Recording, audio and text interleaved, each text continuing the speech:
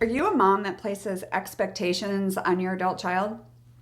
I can probably safely say that if you're not doing it now, maybe you used to.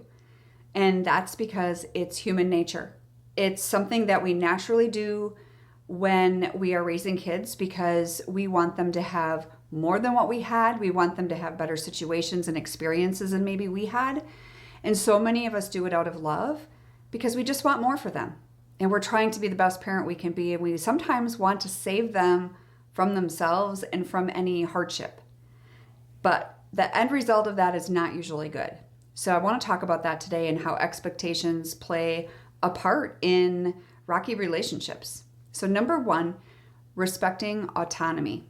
You know, adult kids do need the space to make their own decisions, just like we did. I know I had my share. And they have to learn from those experiences. They can't learn from our experiences, even though we think that we have shared all the goodness and like, we'll just save them from that. Like, it doesn't work that way, right? So they have to learn from their own. So by imposing expectations on them, that can undermine and hinder the ability to develop that self-reliance on themselves.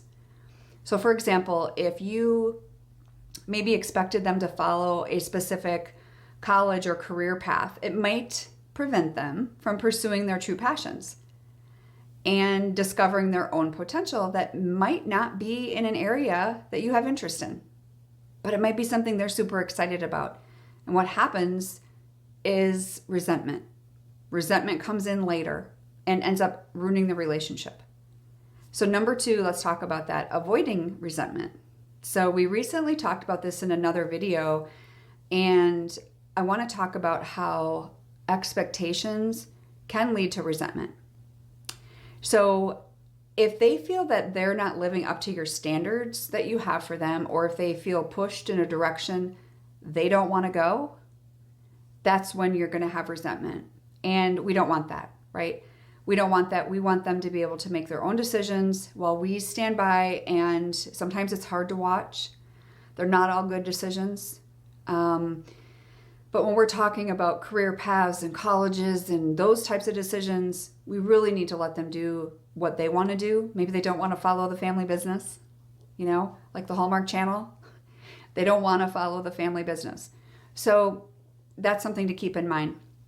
For those of you that I've never talked to before and you are tired of doing this by yourself and you want a coach, you're looking to learn more about that, you can click the link for Discovery Call below and I can share with you more about how I could help. So number three is encouraging individual growth. So remember when you were in high school and you had certain goals that you were hoping to fulfill. Maybe you wanted to take a direction. Maybe you didn't. Maybe you had support. Maybe you didn't. But when kids are free from the burden of fulfilling the parental expectations, they can actually develop in so many bigger ways, which will lead to a lot of personal growth for them. It's not just about jobs and colleges, but it starts there. It starts there because they start to have resentment build up, because once you start making decisions for them or imposing your judgment on it, it's a snowball. It just carries into everything. And number four is emphasizing values over achievements. This is an important one to me because you want to focus on installing good values for your children rather than achieving some specific outcome. That will only benefit your relationship. So I'm a firm believer, let's worry more about teaching them integrity and empathy and honesty and resilience, and let them know that they're capable of doing anything they put their mind to, and you just need to support them into those healthy areas. Now, granted, like I said, you're going to have some areas that your children are going to kind of go off, and it doesn't mean you have to support and encourage negative things, but when they're trying to make a decision, but they're stuck in our control, they're stuck in our expectations, that's not healthy for you or for them.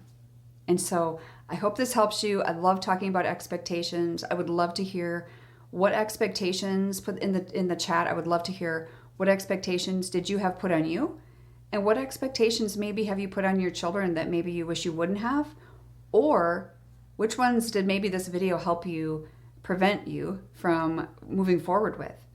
So I'll see you in the next video. God bless.